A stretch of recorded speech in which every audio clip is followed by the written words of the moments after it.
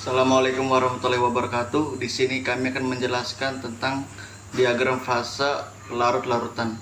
Seperti yang kita ketahui, air dapat berada dalam fase cair, gas, dan padat tergantung pada suhu dan tekanan. Ketiga fase tersebut dapat diungkapkan dalam bentuk diagram yang disebut diagram fase air. Diagram fase umumnya menggunakan parameter tekanan untuk sumbu Y dan parameter temperatur untuk sumbu X.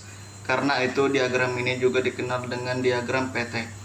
Di dalam diagram ini berbentuk tiga buah garis yang menjadi batas tiga fase air, yaitu padat, cair, dan gas.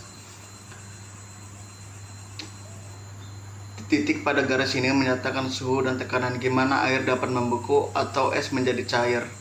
Pada tekanan 760 mmHg atau 1 atm, air membeku pada 0 derajat Celcius. Garis kedua menjadi batas antara fase cair dengan gas yang disebut dengan garis. Di setiap titik garis tersebut menyatakan suhu dan tekanan, di mana air akan mendidih. Titik didih bergantung pada tekanan gas di permukaan pada tekanan 1 atm atau 760 mmHg.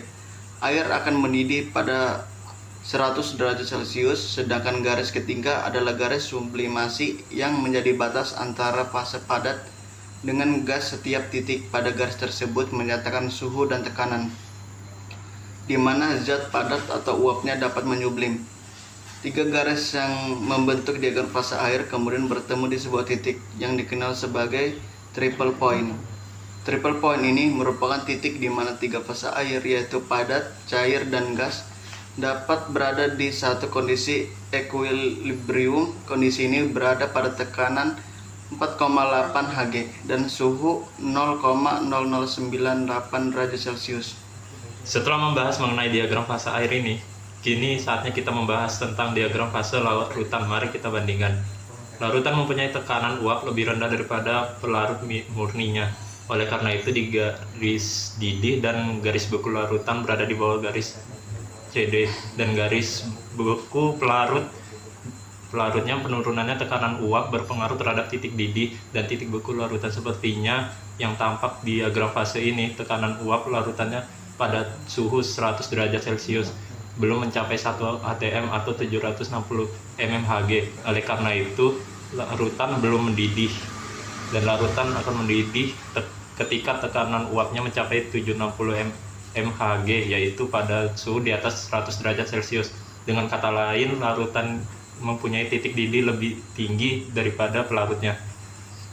Selisih antara titik didih dengan titik didih larutan dan titik didih pelarut ini merupakan kenaikan titik didih yang kita pelajari dan sifat koligatif larutan.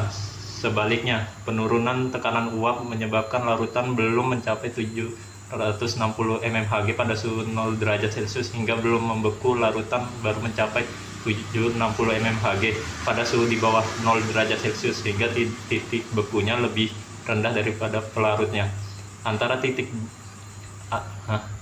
Kita dapat menentukan salah satu koligatif larutan berupa penurunan titik beku dari selisih antara titik beku pelarut murni dengan titik beku larutan, sedangkan penurunan tekanan uap dapat ditentukan oleh selisih tekanan uap pelarut murni dengan tekanan uap larutan.